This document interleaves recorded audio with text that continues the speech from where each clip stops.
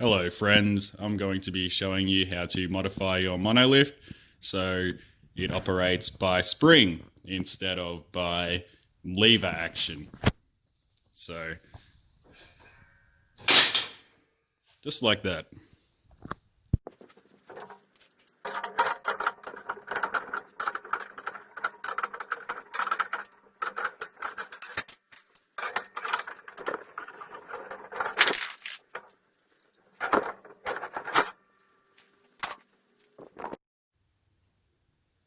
So here we have the hook, and I will show you guys how to measure it. If I can find my measuring tape. Oh geez, there it is.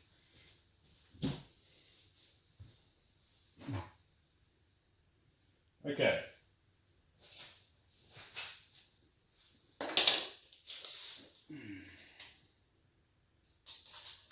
From the very top of the hook, I marked down 250 millimeters. That would be equal to almost 10 inches. And for the actual hook itself, what I'm going to do is take off the UHMW, and that will allow me to get a more accurate line where I need to mark.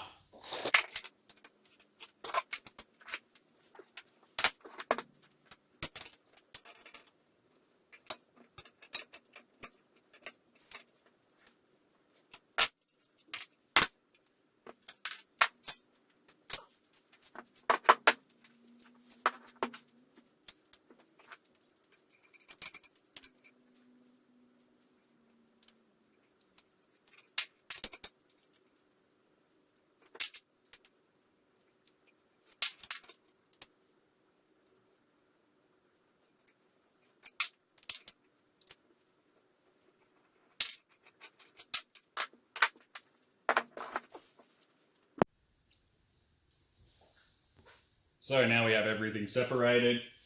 Now the easiest part is simply get a square, line it up with the very top hole that was holding the UHMW on. Take a marker and draw it. And that is where we are going to weld on one of our eye bolts. What we're going to do with this is cut it off, weld it on in the center there, and that will be a place for where the spring will attach onto.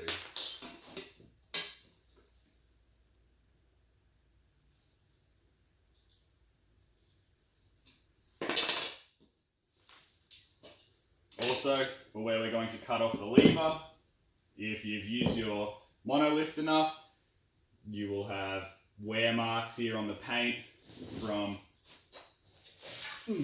where it used to be on the actual thing.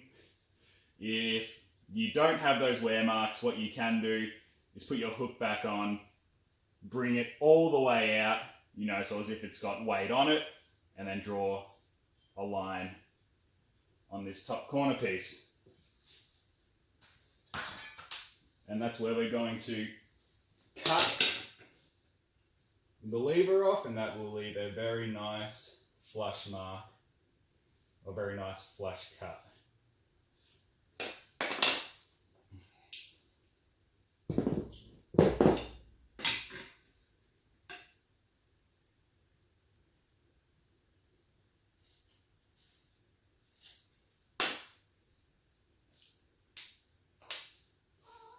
Hello, baby.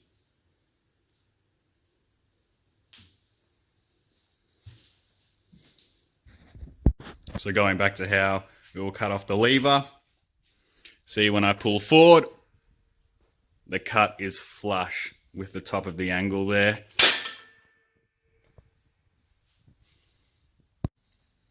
Okay.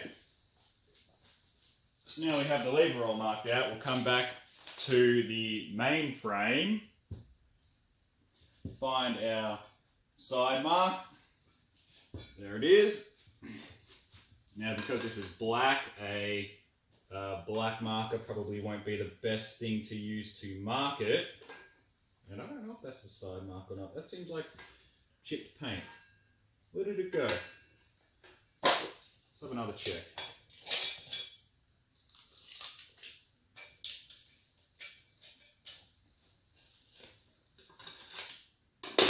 $250 down, or 10 inches for all y'all freedom units out there.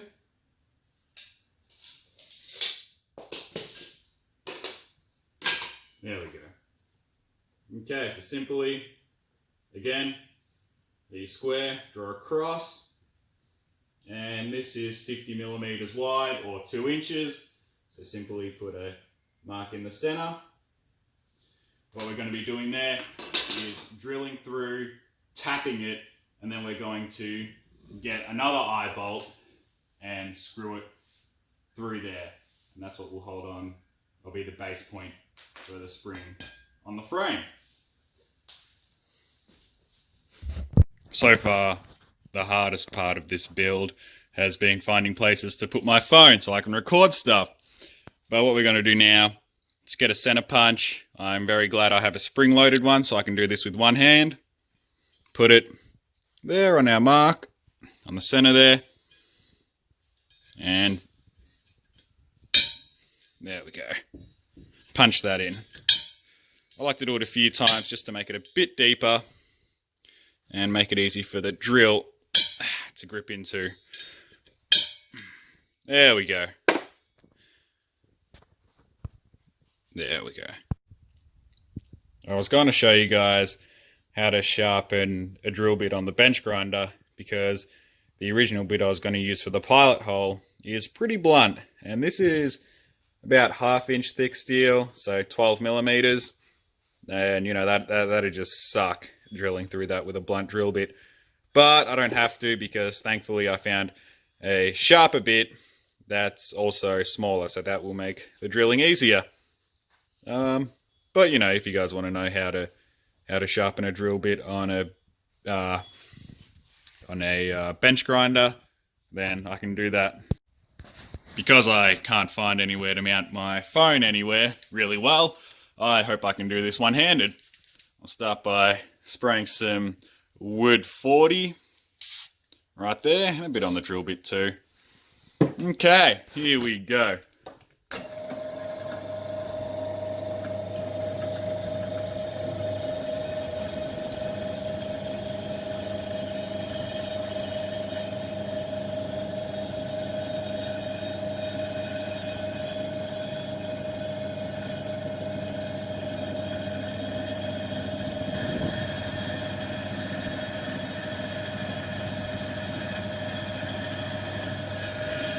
Oh yeah, nice. I'm really happy with that. Probably a good thing I clamped it too. Now I'm going to drill out to M5 for my M6 tap.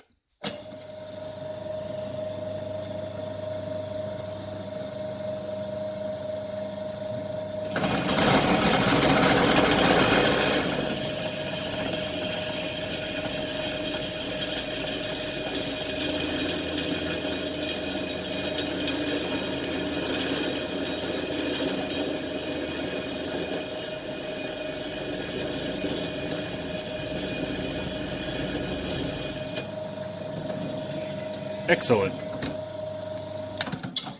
I'm really surprised and happy that worked. All it is just pieces of steel horribly stacked up on top of each other to get it to work.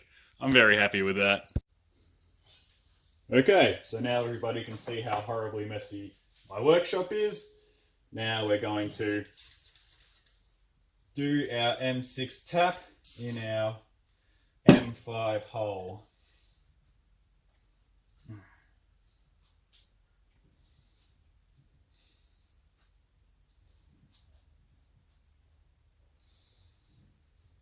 A lot of people seem to have a problem with not starting their tap straight, and they'll do it either in a lathe or they'll start it in a drill press, which makes sense, it's understandable, but in my opinion, the way taps work, and it's just, I think they're self-centering, you know, especially if your hole's long enough.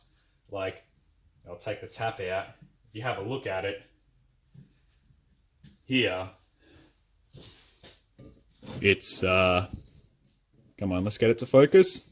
You can do it, mate. There we go. It's tapered. Oh no. Basically, you get the idea. It's tapered and the threads start off very shallow and weak. And I'm pretty sure that allows you to self-center it. You know, it doesn't, you know, as long as you're going in straight enough, you should be relatively okay. And you should have no issues either. Now what you want to do when you're tapping is definitely take it slow and steady. Do a turn or half turn, back it off, just like that. You go in, back off, go in again. It's like a 2 steps forward, 1 step back sort of deal.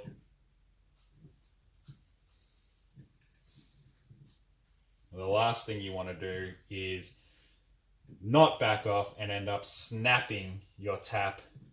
And that's the worst thing you can do, especially when it is most of the way through the hole, because then you have to perform surgery on it.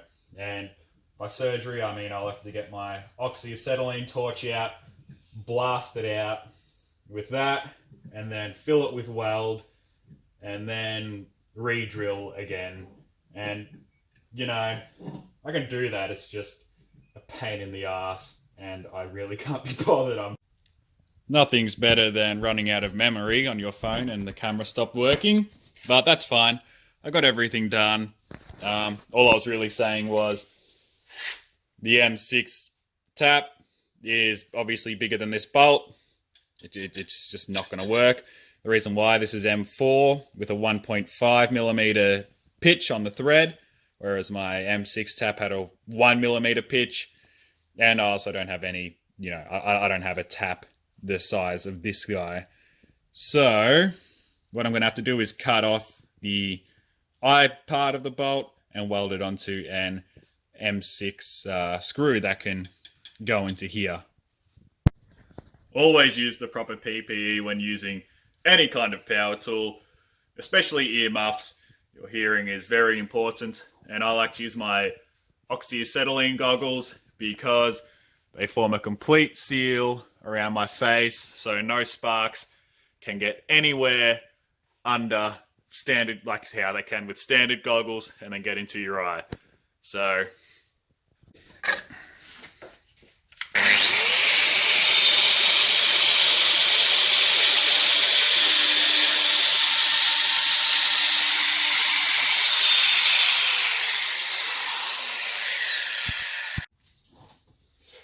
the next thing I'll be doing is removing the paint off the back of here so I can get a good weld. And I'll also be removing some more paint on the lever so that way I can attach my earth on my welder. Okay. Now you're not really supposed to do grinding work with a thin cutting disc, but if you go light enough and if it's just for removing a tiny amount of material, you should be fine.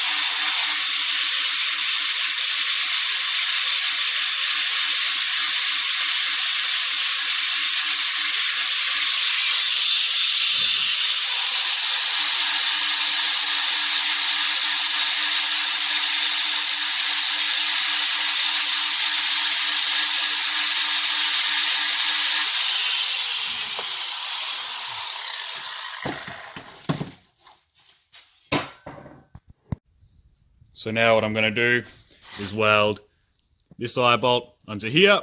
Now it's stainless steel onto mild steel, so what I'm going to have to do is build up the weld on the mild steel and then melt it over the stainless steel.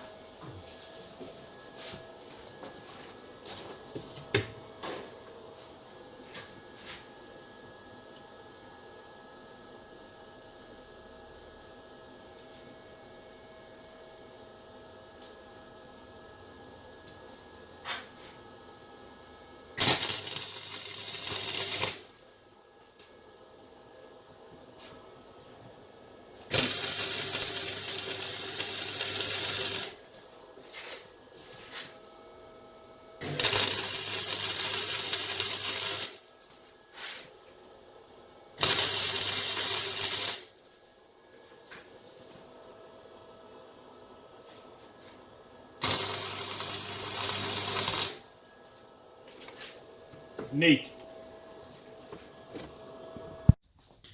One thing that I should have done was cut the eye bolt to this shape first before welding it, because it was a bit difficult to work out how to do that. But you can see through the wood there, I just got my grinder and ground it out. But yeah, that's just another lesson to work smarter, not harder.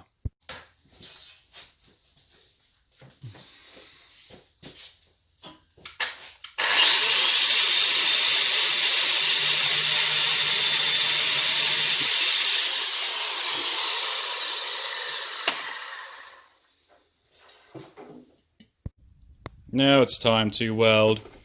Hold on, I'll hold the camera with my chin. That should work. Oh no, it won't. Anyway, time to weld that onto that. Yeah, like that. I'm just gonna grind off the black oxide covering there.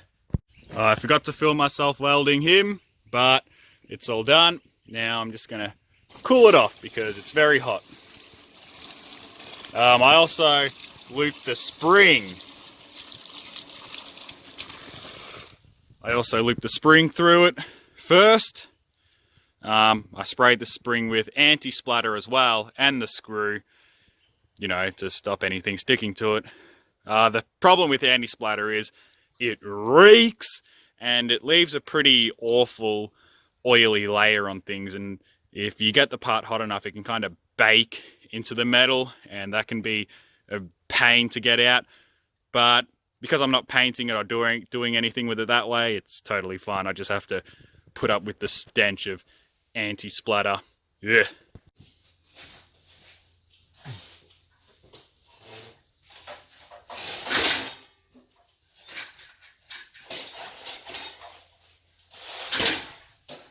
Clean your workshop. Cords get tangled.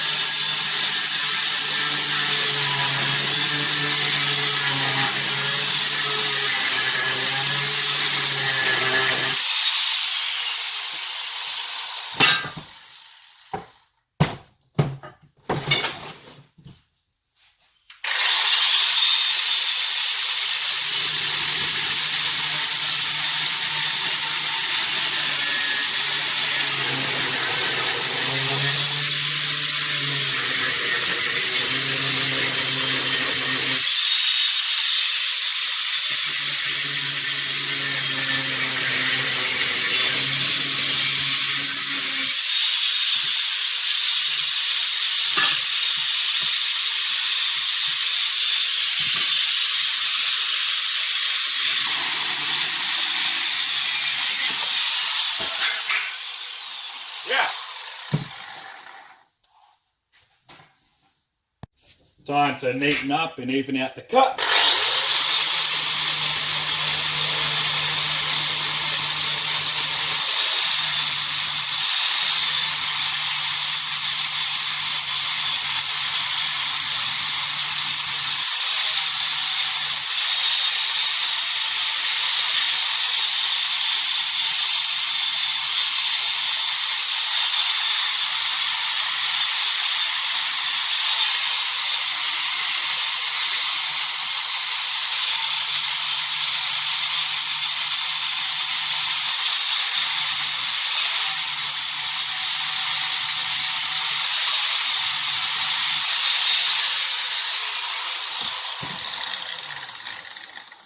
Now it's just a matter of putting that M6 screw through the hole. Now, yeah, it's a lot longer than what it needs to be, but you know, you can always cut it flush afterwards once it's all the way through. I just like to go like this because it can be pretty difficult to get it in inside the, you know, 2 frame bits there. And now when it's far enough through to get it through all the way, all you do is twist here. And that's why you use a much longer screw, which I should have explained earlier. But this is my first tutorial video on anything, so there's bound to be plenty of mistakes. And yes, I am this awkward in real life too, in case you were wondering. When it gets really hard to tighten it, you can put on 3 nuts on the end, tighten them against each other, and then you simply twist. Because they're tightened against each other, they're not going to come undone when you do it. Yeah. Okay, so that's done. I didn't record myself putting everything back together because you all already saw me take it apart. It's just the exact same steps, just in reverse. Now to get the spring on, I get an Allen key, pull it through, like so. It can be a bit tricky though. Goodness.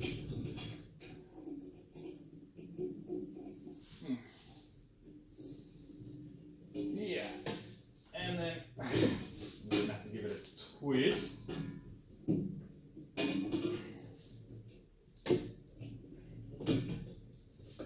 And there we go. Done.